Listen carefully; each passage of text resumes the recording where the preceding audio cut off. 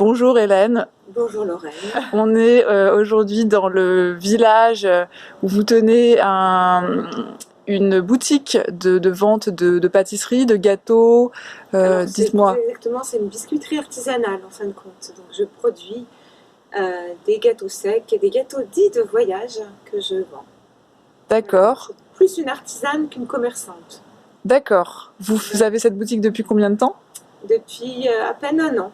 Vous êtes par ailleurs musicienne, guitariste, je crois. Oui, Et auteur, compositeur, interprète, voilà, de chansons à texte. d'accord. Et pour précision, vous n'êtes pas voyante parce que sur Internet on trouve un site à Ouais, votre ça nom. je comprends pas franchement, mais D'accord, ce n'est pas je vous. comprends pas, c'est pas moi. Mon site, moi, c'est helenegeret.fr.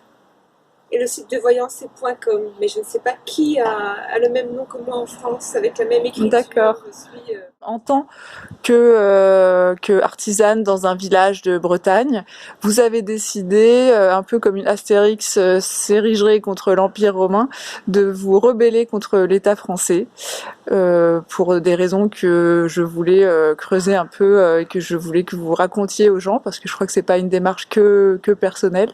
Est-ce que vous pouvez me dire quelle a été cette décision que vous avez prise récemment?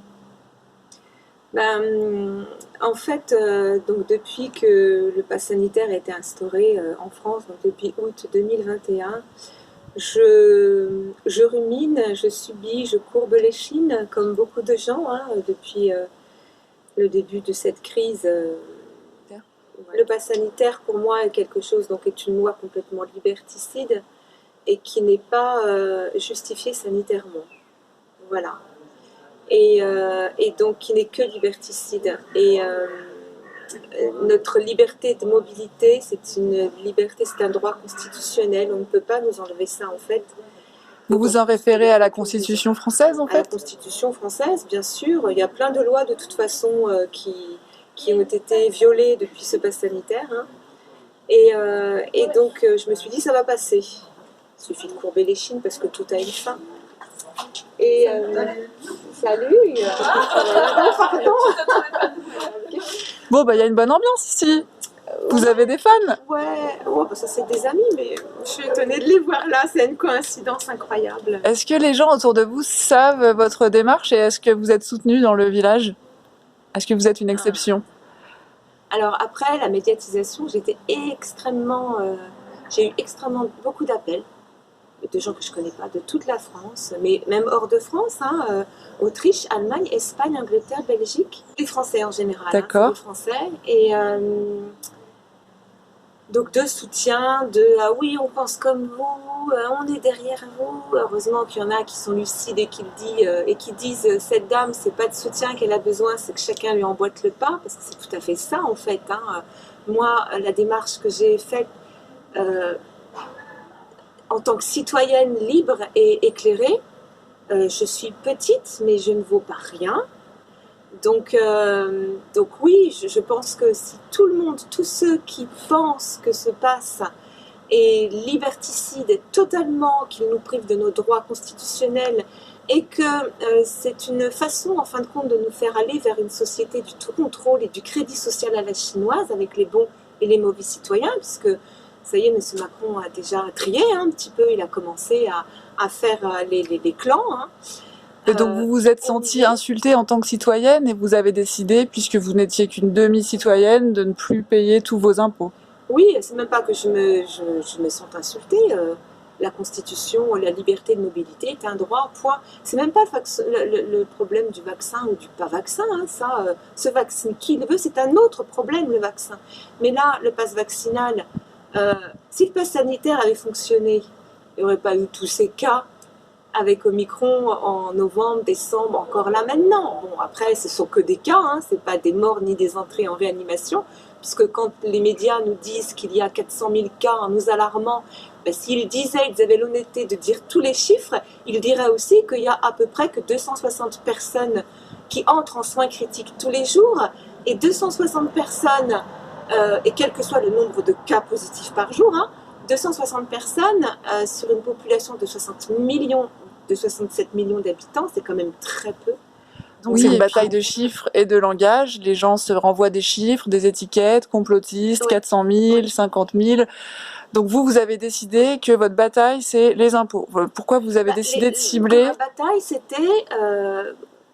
j'ai décidé à la fin de l'année dernière, devant évidemment les propos de M. Macron, ça a été un peu une grosse goutte d'eau, mais il y en avait déjà eu beaucoup des gouttes d'eau avant, parce qu'il n'y a pas lui qui dit des choses énormes, qui sont complètement fausses, qui sont des incitations à la haine, qui sont discriminantes. Ça suffit. Ça suffit. Au bout d'un moment, j'ai réalisé que ça allait pas se passer tout seul et que tant qu'on ne dirait rien ou peu,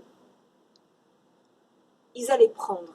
Tant qu'on acceptait, c'est du racket en fait, c'est du racket de nos vies, de notre santé, de nos vies.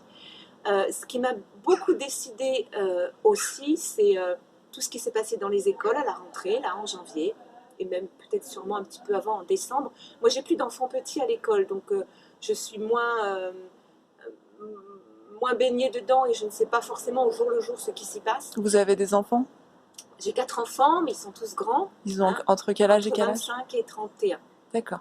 Donc ils sont tous grands. J'ai des petits-enfants, mais qui sont très petits.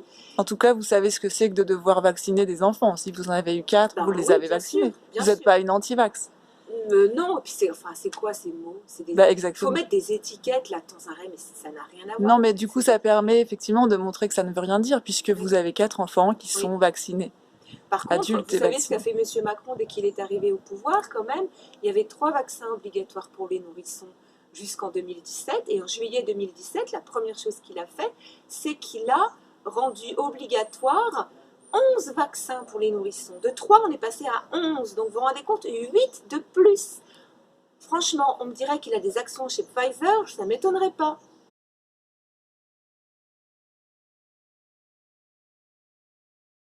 Parce que qu'est-ce qu'on peut faire? Il y a des collectifs qui se sont montés un peu partout en France pour lutter contre ce pass. Mais il y en a un tout près d'ici. C'est difficile, les actions sont difficiles, les manifs c'est difficile, c'est souvent interdit, enfin c'est vraiment compliqué. Et moi je me suis dit comment je peux faire, qu'est-ce que je peux faire, sur quoi j'ai la main mise. Et j'ai imaginé ça, moi je paye donc des charges professionnelles, c'est moi qui ai la main mise sur ces charges-là, c'est moi qui les paye. Elles ne me sont pas prélevées comme le prélèvement à la source par exemple, maintenant on n'a plus la main mise sur rien en fait, on a juste la main mise de donner notre RIB pour être prélevé de tout. Donc je me dis, je vais faire ça. Et j'ai pris conseil auprès d'un avocat parce que le but, c'est pas de ne pas payer mes charges, c'est de dire, c'est plus symbolique, c'est de dire,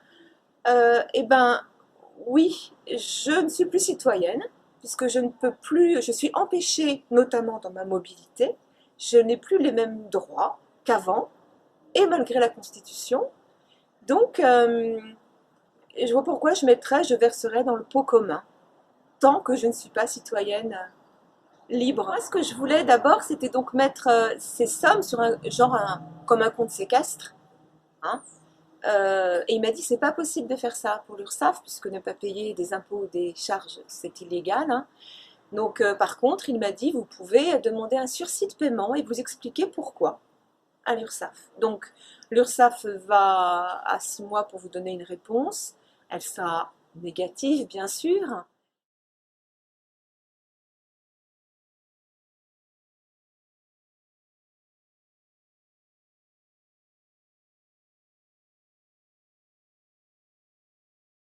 Ceux qui pensent que ce qui se passe en ce moment n'est pas normal et qui hésitent en fait parce qu'ils se sentent seuls à le penser et qu'ils ne savent pas quoi faire, je veux juste les embarquer ceux-là et faire avec ceux qui veulent. Et coûte que coûte, comme dirait l'autre. Et coûte que coûte. Quoi qu'il en coûte. Quoi qu'il en coûte. Merci beaucoup.